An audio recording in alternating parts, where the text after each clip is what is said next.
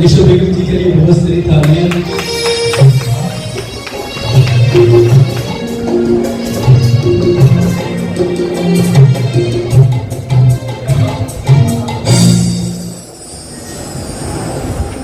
तो बाद में प्रॉपर तरीके से वो तारीफ, आपको किसी तारीफ की मोहताज नहीं है। तो आपने तो उनको भी कह दिया, सब तो सोने तो थे नहीं। तो बातें सारी होगी क्योंकि बहुत सारी बातें हैं, क्योंकि मैं जहाँ से रफ़ी साहब की पैदाइश हुई और उनके कब्र तक भी जाने का इत्तेफाक हुआ मुझे वहाँ भी, और उनके घर भी में रहा। वो मुझे अपनी फैमिली के एक मेम्बर समझते हैं। रफ़ी साहब के बेटे, उनकी जो बहनें हैं वो मेरी भी बहनें हैं, सभी लोग। वो बहुत सी बातें होंगी इंशाअल्लाह। लिखे जो खत तुझे वो तेरी याद में हजारों रंग के नजारे बन गए। ये गाना स्क्रीन पे खान साहब शशि कपूर साहब के लिए गाया, तो लगता है कि वो गाया। तो एक खातून जो उन्हें आम लाइन में लेंगे, उषा, जो उनकी बेटी हया और शागिर्दा भी हैं, वो बताती हैं कि ये कहा जाता है कि मोहम्मद रफ़ी साहब पूछते थे और ये गाते थे कि सोच के कि भाई ये फलां आर्टिस्ट के लिए गाना है। तो वो जब किसी एयरपोर्ट पे बिठाए जी ने मरीज बैठा, हमारी बड़ी अच्छी आर्टिस्ट, कोई मर्द ने जगह दे दे खड़ा होके, उसके हीरोइन है। और आप ये समझिए कि यहाँ शर्मिला कपूर बैठी हुई है उनकी शक्ल में, और एक और हमारी हीरोइन है निशो बेगम। आपको समझाने के लिए कह रहा हूँ, वैसे तो इनका अपना रेफरेंस ही बहुत है, निशो बेगम नाम ही बहुत काफ़ी है। ये ऐसे ही है जैसे आप ये समझें कि जिया बहादुरी यहाँ बैठी हुई है। तो और भी लोग हैं, खालिद अब्बास डार साहब हैं, ये सब आर्टिस्टों के अब्बा जी हैं, गाने वालों के भी, और भी सारे यहाँ। तो आपको बहुत बहुत जी आया। मैं आपका तारुफ करवा चुका हूँ। मैं पूछना ये चाहूंगा कि जुलाई में आपको मोहम्मद रफ़ी साहब की 1980 में एक कॉल आई थी कि कुड़िए तैयार हो जाते हैं, शहर लाहौर लेके जाना है। वो वाकया सुना दीजिएगा। पहले आप हमारे हाल में लोग जो बैठे हैं उनसे मुखातिब हो जाए। जी बोलिए।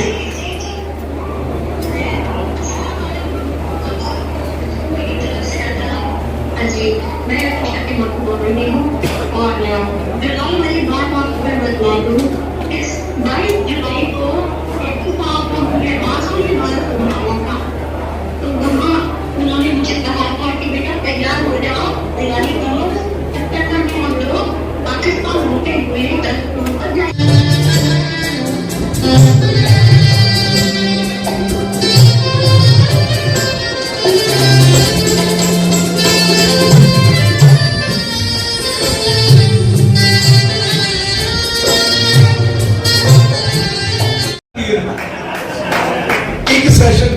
गवर्नमेंट कॉलेज, तो डार साहब सबसे सीनियर है, ताहिर आई है और उसको भी हम खुशामदीद कहते हैं। तो मैं चाहूँगा कि डार साहब की बात हो रही है, नवनीत भट्ट ने रक्स आइटम है वो पेश करनी है, उसके बाद पहले खालिद अब्बास डार साहब।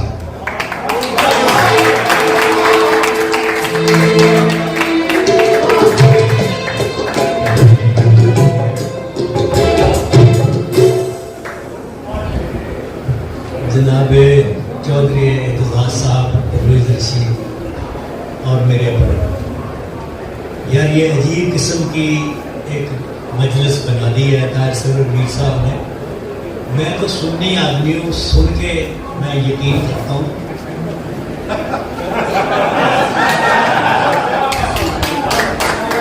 रफ़ी को मैंने सुना और मुझे यकीन है कि मेरे कान में सुनवैया बहुत अच्छी हूँ। और क्योंकि मेरे बाबा जो थे मेरे, वो नुसरत फतेह अली के बाप थे, मुबारक अली फतेह। मैं 56 में रेडियो पे जब गया तो मैं 10 साल का बच्चा था। अब भी मैं बच्चा ही हूँ क्योंकि उस उम्र में आ गया हूँ, हथ पथ नहीं रहता कि कहना कि नहीं कहना। तो वो मुझे कहा करते थे कि पुत्र सुनवैया गवैये का पढ़वैया होता है।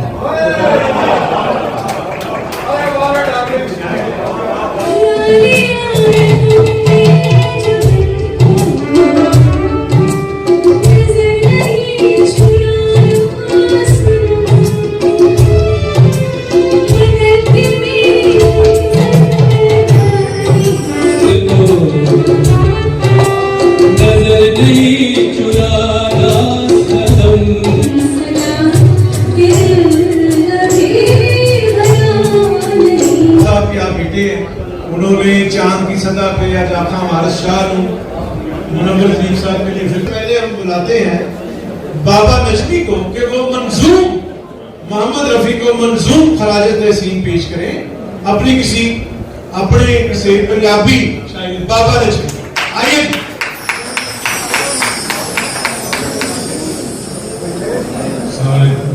मौसीकी दे विच शायरी कुछ अजीब जी लगती है, बड़ा दोष रफी साहब वास्ते। और आज नानक का प्रसाद पढ़ा, मैं नानक की बाणी पढ़ के दया हुसैनी लंगर लू, मैं नानक की बाणी पढ़ के दया हुसैनी लंगर लू। ते साडे सिंगा फसदे रहना, साडे सिंगा फसदे रहना, फुल्ली चांदी रहनी है जिंदा तिकर नथ न पाई नफरत वाले डंगर, जिंदा तिकर नथ न पाई नफरत वाले डंगर।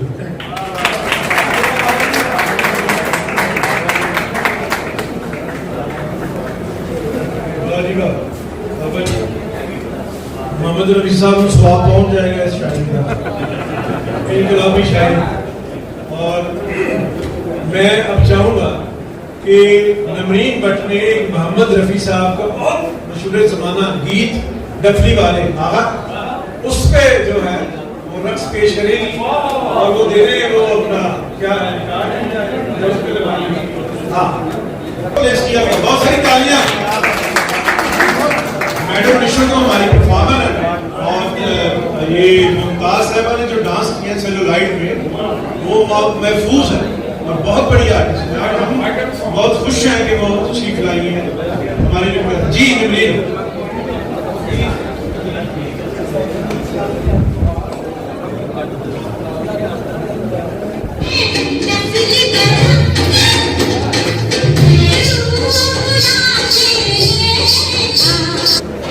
अगर कोई 5 साल माइनस कर दे तो जो डिफिकल्ट गाने हैं रफी साहब के वो स्पेशलिस्ट रहे हैं ये सारी जिंदगी। खासतौर पे मधुबन पे राधिका इनका यूएसपी साउंड होता था तो वो ये हम इनसे सुनते रहे। तो ये देखिए जी टोटल जो रफी साहब ने रिसर्च की है, फर्स्ट सॉन्ग जीनत बेगम के साथ कुछ आगे पीछे हो जाए तो मैं 1965 का मेरी पैदाइश है, उस तो पहले आगे पीछे कर जाता तो माफ़ी देना। वैसे ये रिसर्च जो है अलेक्जेंडर द ग्रेट की बायोग्राफी तो नहीं बदलती ना, वो तो चल रही होती है। तो ये फैक्ट्स है। फर्स्ट जो सॉन्ग है जीनत बेगम के साथ और श्याम सुंदर और पंजाबी मूवी गुलगुलोश थी रफी साहब की। और ये गाना रिकॉर्ड हुआ है 28 फरवरी 1941, 28 फरवरी 1941 और रिलीज हुई है ये फिल्म 1943 में। और सोनिए ने हीरिए नहीं। तो इस तरह और भी बहुत सारी चीज़ें हैं। मैं ये चाहूँगा कि इस वक्त बादाम निशो में बड़े बड़े अच्छे बेहतरीन गाने पिक्चराइज हुए हैं। इनमें एक गाना पिक्चराइज हुआ है मेरा ख्याल है हबीब जालम साहब की शायरी है, चलो कहीं दूर ये समाज छोड़ दे, दुनिया की रस्म रिवाज छोड़ दे। तो मेहदी हसन साहब और भी बहुत अच्छे अच्छे गाने। तो मैं मैडम बादाम निशो से ये पूछना चाहूँगा, जब वो स्टेज पे यहाँ आए तो बताएं कि एक जो प्रोटैगनिस्ट होता है, हीरो या हीरो, उसको कितना सपोर्ट करता है गाना। और गाने जो हैं, जो एशिया की फिल्म है, इंडिया की और पाकिस्तान की, उसमें गाना जो है वो बड़ा बेसिक पार्ट होता है। उसमें कई दफ़ा जो है गाने ही हिट होते हैं, फिल्म बह जाती है। तो ये गाना जो है रफ़ी साहब गाते रहे मुख्तलिफ हीरोइनों के लिए, हीरोज़ के लिए। और Bismillahirrahmanirrahim. Good evening, ladies and gentlemen. I am extremely honored to be here, and it is fantastic feeling to have you here. It's very lovely and amazing moment for me. निगाह बुलंद सुखन दिल नवाज जा पुरसोज, निगाह बुलंद सुखन दिल नवाज जा पुरसोज, यही है रख्ते सफर मीर कारवां के लिए। कारवां का मीर हो या ताहिर सरवर मीर हो, ये माशाल्लाह जो कहते हैं, जो सोचते हैं, उसको अमली जामा पहनाते हैं। जैसे मोहम्मद रफ़ी साहब की इस बरसी का इनेकाद करके हम सबको इकट्ठा किया है और हम उन्हें सब मिलके दिलो जान से ट्रिब्यूट पेश कर रहे हैं। मोहम्मद रफ़ी साहब पाकिस्तान से गए हैं, हमारे मुल्क के बाशिंदे हैं, यहाँ जाए पैदाइश उनकी पाकिस्तान में है, लाहौर में है। हमें फख्र है क्योंकि फनकार जो होता है किसी मुल्क का अमन का सफीर होता है, मोहब्बत का सफीर होता है और कल्चर को प्रमोट करता है। कल्चर को प्रमोट करने के लिए फनकार बहुत ज़रूरी है और कल्चर से अंदाज़ा होता है, उसकी प्रमोशन से अंदाज़ा होता है कि इस मुल्क का जो एक खुशहाली का लेवल वो क्या है। तो इस तरह हमारे कल्चर को प्रमोट करने के लिए फनकार बहुत ज़्यादा पार्टिसिपेट करते हैं। जिन दिनों मैं काम कर रही थी और मेरे पे मेहदी हसन साहब के बहुत अच्छे अच्छे गाने पिक्चराइज हुए, मैं छोटी थी जब ये गाना उन्होंने गाया। अभी हमारे फनकार देखे ना, मोहम्मद रफ़ी साहब जैसे हैं, खालिद बेग और सायरा ताहिर भी बिल्कुल मुझे लता लगी हैं। मैं तो हैरान हो गई हूँ कि शायद इन्होंने उनसे तो नहीं मतलब रिकॉर्डिंग लेके उस पर लिपसिंग की, लेकिन ऐसा हरगिज़ नहीं है। मेरी ख्वाहिश है नाज़रीन, मैं बताऊं कि जो आवाज़ होती है, आवाज़ किसी तक पहुंच जाना, आपकी ज़बान समझे, कोई बोली समझे, आपका सुर समझे, तो ये चीज़ें दिल में उतर जाती हैं। एक दफ़ा आइंस्टाइन जो टॉप क्लास साइंटिस्ट थे, उनके यहाँ आए चार्ली चैपलिन और चार्ली चैपलिन को उन्होंने कहा कि कमाल है, आप खामोश रहती हैं, खामोश रह के एक्टिंग करते हैं, लेकिन तमाम दुनिया आपकी ज़बान समझती है। तो चार्ली चैपलिन ने कहा कि आपको सारी दुनिया, आप मेरे से ज़्यादा, आपकी फेम का लेवल ज़्यादा बुलंद है, ज़्यादा जानते हैं, मगर आपकी ज़बान कोई नहीं समझता। तो ये बड़ी बड़ी बात है, इसलिए कि रफ़ी साहब ने जो कहा लोगों ने माना, उर्दू में कहा, हिंदी में कहा, जिस लैंग्वेज में, जिस टर्म में उन्होंने कहा, लोगों ने अप्रिशिएट किया। और जब मैं काम कर रही थी, मेरा जी चाहता था काश ऐसा कोई वक्त आए कि उनका ये गाना, एक तो ये रेशमी जुल्फें, ये शरबती आंखें, और जो सबसे गाना मुझे फैसिनेट करता था वो था बहारों भूल बरसाओ मेरा महबूब आया है। आई लव दिस सॉन्ग और मैं दोबारा फरमाइश करूँगी, रिक्वेस्ट करूँगी खालिद पे ये गाना जब मैं चली जाऊँ तब सुनाएंगे।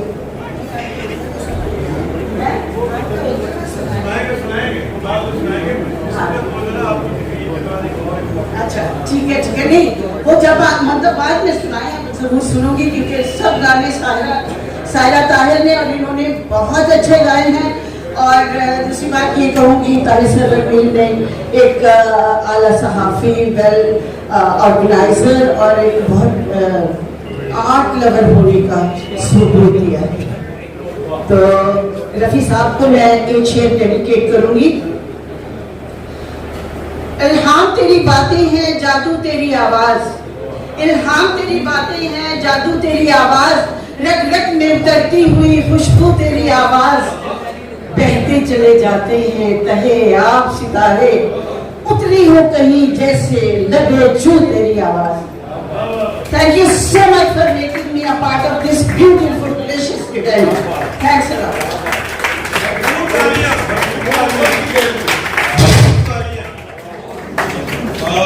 मोहम्मद रफी साहब की तो आज बरसी है, साथ साथ मेरा भी लोग तारीफ कर रहे हैं, मुझे लगता है मेरा सालाना उनसे। तो खैर मैं चाहूंगा कि माइक मुझे दे, और प्रोग्राम के नेचर की पता है वो वहाँ होता है जहाँ पोलिटिकल लोग हो, चीफ मिनिस्टर हो, कोई इस तरह का, तो वो होता है कि भाई कोई ऐलान कर दिया कुछ, तो ये तो गाने बजाने की महफिल है। और इसके लिए वेन्यू साहब, इसके लिए वेन्यू भी गवर्नमेंट का कोई वेन्यू, पहले मैंने कोशिश की कि गवर्नमेंट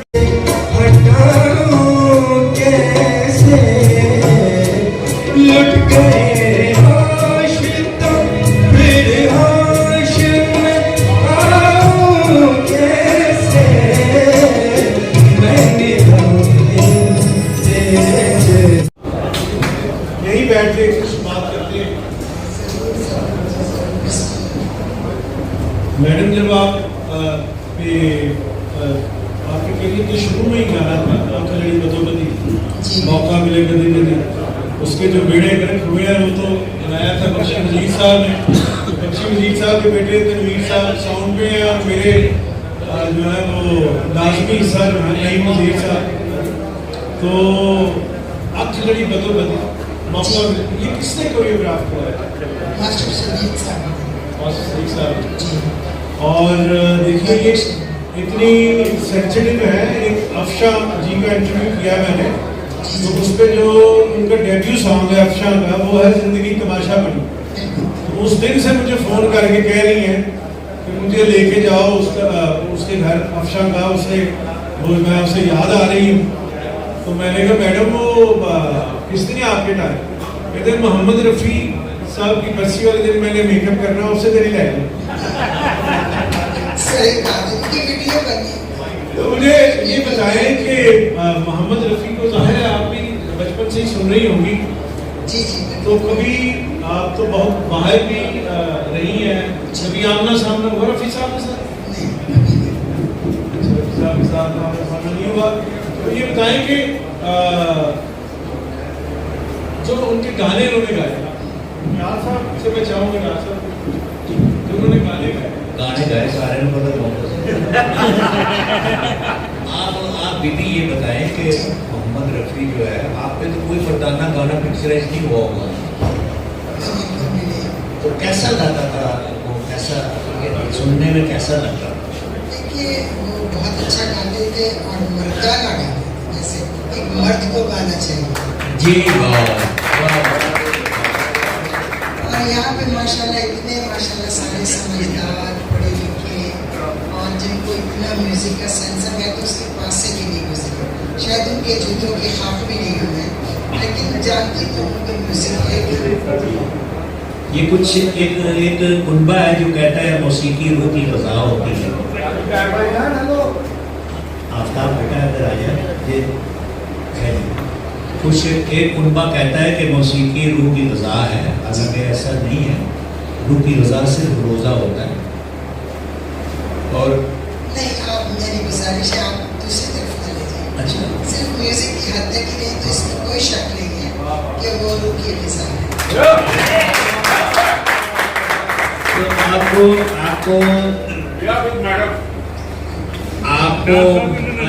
बंदा हो जाता आपको रफ़ी मर्दाना गवैया लगा। बिल्कुल जी, ऐसा ये तो बात सही है, क्योंकि जैसे दर्जी होता नहीं, जनाना दर्जी, मचगाना दर्जी, मर्दाना दर्जी, गवैया भी है। मीर साहब से दरखास्त है कि अब कभी किसी वक्त यानी फुर्सत हो तो CH आत्मा के लिए जरूर करें। देखिए जी, सबसे पहले तो मैं इनका शुक्रिया अदा करती हूँ कि इतनी अच्छी महफिल में इन्होंने मुझे इनवाइट किया। मेरे नसीब में था आज की ये महफिल, क्योंकि मैं तो यहाँ रहती नहीं, मैं कराची में रहती हूँ या कनाडा में रहती हूँ। तो बड़ी मेहरबानी है आपकी, बहुत बहुत शुक्रिया। तो किसी मैंने लेके जाना है अफशा जी ने कहा वो तो हम इसके बाद जाएंगे। मैं ये पूछना चाहूँगा कि कोई ऐसा गीत जो रफ़ी साहब ने गाया या डुएट गाया ना, कभी आपको लगा कि भी ये गाना मुझ पे होना चाहिए था, शर्मिला टैगोर इसमें नहीं होनी चाहिए थी? बहादुर फूल बरसा मुझ पे होना चाहिए। अरे बजाने की बहादुर फूल बरसा।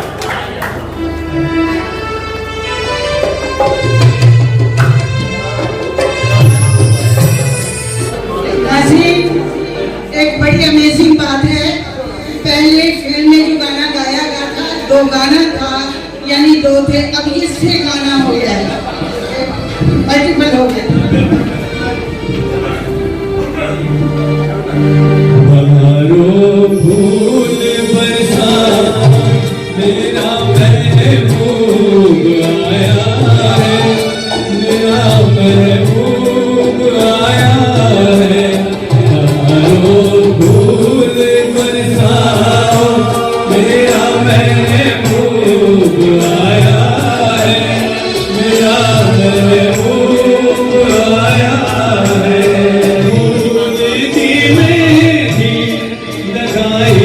गोरे हाथों में, हाथों में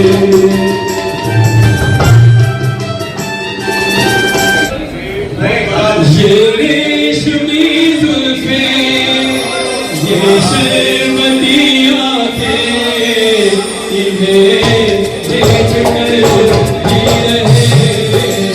सभी।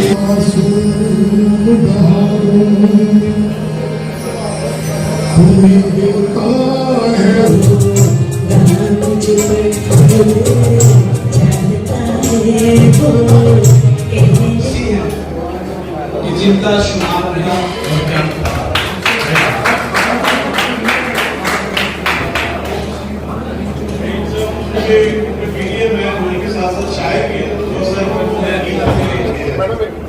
बेसुरो बाज आ जाओ, ये गाना रफ़ी ने गाया।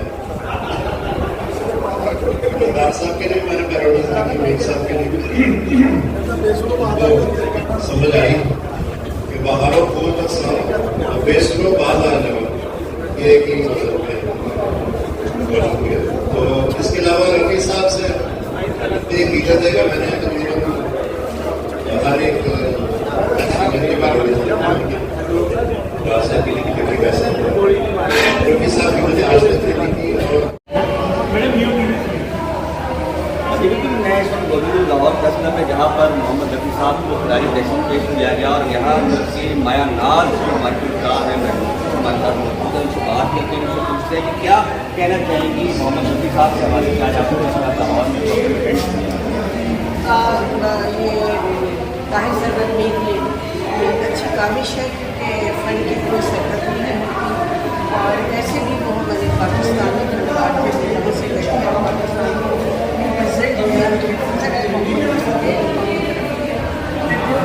दिया गया उनकी एनिवर्सरी, तो काफ़ी लोग जमा हुए हैं, गाने गाए गए स्पीच दी।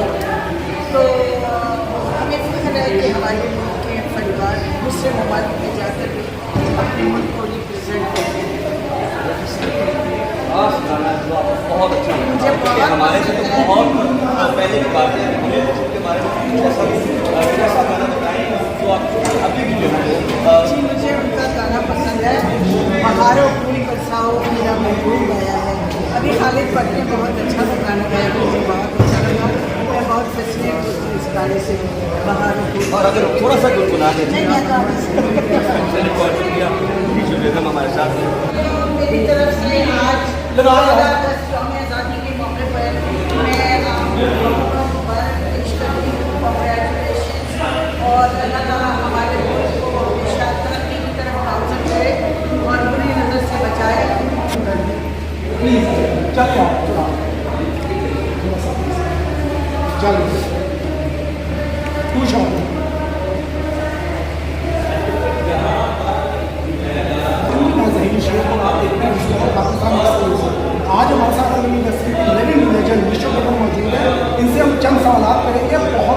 प्यारी आर्टिस्ट है, इन्होंने अपने वक्त में ऐसा परफॉर्म किया जो कि पाकिस्तान के अलावा हिंदुस्तान में भी इनकी फिल्मों को कॉपी किया गया। और आज हम इनसे कुछ सवाल पूछेंगे जो आवाज़ बहुत अच्छी होती है, बहुत वायरल होती है और टिकटॉक पे भी इनका बड़ा एक नाम है। अस्सलाम वालेकुम मैडम। वालेकुम अस्सलाम जी। आपने सही फरमाया, मेरा यूट्यूब चैनल है निशो जी ऑफिशियल, मेरा टिकटॉक चैनल है निशो जी, और मेरा यूके टिकटॉक चैनल है फिल्म स्टार निशो